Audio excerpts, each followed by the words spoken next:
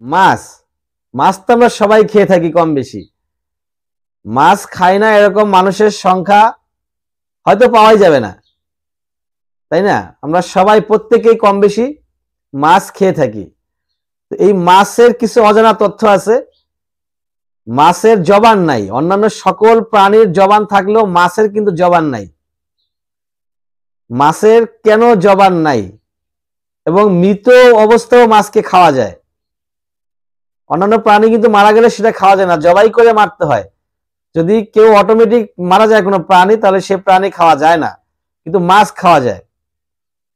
মাছ কেন জলে বাস করে?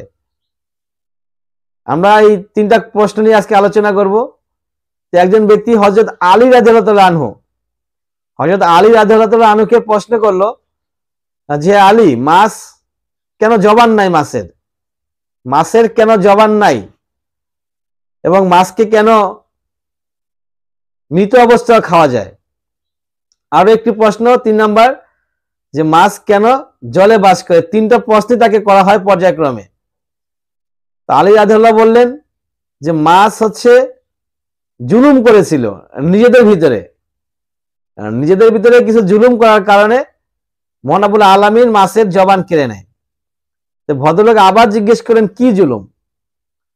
তখন তিনি চলে আসলেন সেই আদম আলাইহিস সালামের কাছে, মানে সৃষ্টির প্রথমে যখন হযরত আদম আলাইহিস সালামকে সৃষ্টি করা হয়, তখন ইবলিসকে বলা হয়েছিল সিজদা করার জন্য। কিন্তু ইবলিস আদম আলাইহিস সালামকে সিজদা করতে অস্বীকৃতি জানায় এবং নিজেকে পণ্ডিত মনে করে, জ্ঞানের ভান্ডার তার, সে নিজেকে দামি মনে করলো। এটা ইতিহাস আমরা সবাই জানি। তখন আল্লাহ পাক ইবলিসকে পৃথিবীতে পাঠিয়ে দেয় শয়তান রূপে, এবং তখন তারা ইবলিস আইসা বিভিন্ন জায়গায় সে কুমন্ত্রণা দেওয়া শুরু করে, এখনো দিচ্ছে। ইবলিস সেই তখন থেকে এখন পর্যন্ত কুমন্ত্রণা দিয়েই যাচ্ছে। তো তার এই কুমন্ত্রণার প্রথম সে কুমন্ত্রণা দিল মাছকে। মাছ তখন কথা বলতে পারত এবং জলে এবং স্থলে উভয় জায়গায় বাস করত, পানিতেও বাস করত, ডাঙায়ও বাস করত।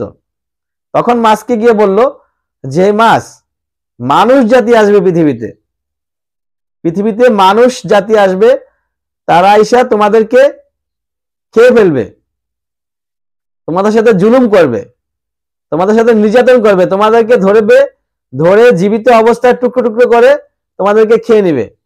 মানে এই ধরনের উল্টাপাল্টা কুমন্ত্রণা ছড়াচ্ছিল ইবলিস। তখন এই কুমন্ত্রণাগুলো আবার এই মাছেরা কি করলো? অন্যান্য মাছেদের কাছে পাবলিশ করতে শুরু করলো। তখন মহান রব্বুল আলামিন যাতে মাছেরা এই কথাগুলো পাবলিশ করতে না পারে, সেজন্য মাছের জবান কেড়ে নেয়, তাদের মুখ বন্ধ করে দেয়। এবং তখন তারা স্থলেও বাস করত, তখন স্থল থেকে তাদেরকে পানিতে নামায় দেওয়া হয় যে তোমরা আর স্থলে থাকবে না, স্থলে শুধু মানুষেরাই থাকবে, তোমাদের আর এখানে জায়গা নাই।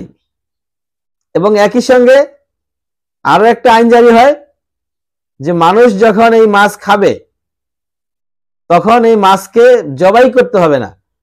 মানে অন্যান্য প্রাণী আমরা যেভাবে আগে জবাই করে তারপরে সেটাকে আমরা কাটাকোটা যা করার করি, কিন্তু এই মাছ জবাই করার প্রয়োজন নাই, যেখান থেকে ইচ্ছে সেখান থেকেই কাটা যাবে।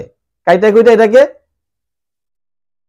প্রসেস করে রান্না করে খাওয়া যাবে। এবং মারা গেল মৃত অবস্থাও এই মাছ খাওয়া যাবে। তখনই এই সবগুলো আইন একসঙ্গে জারি হয়।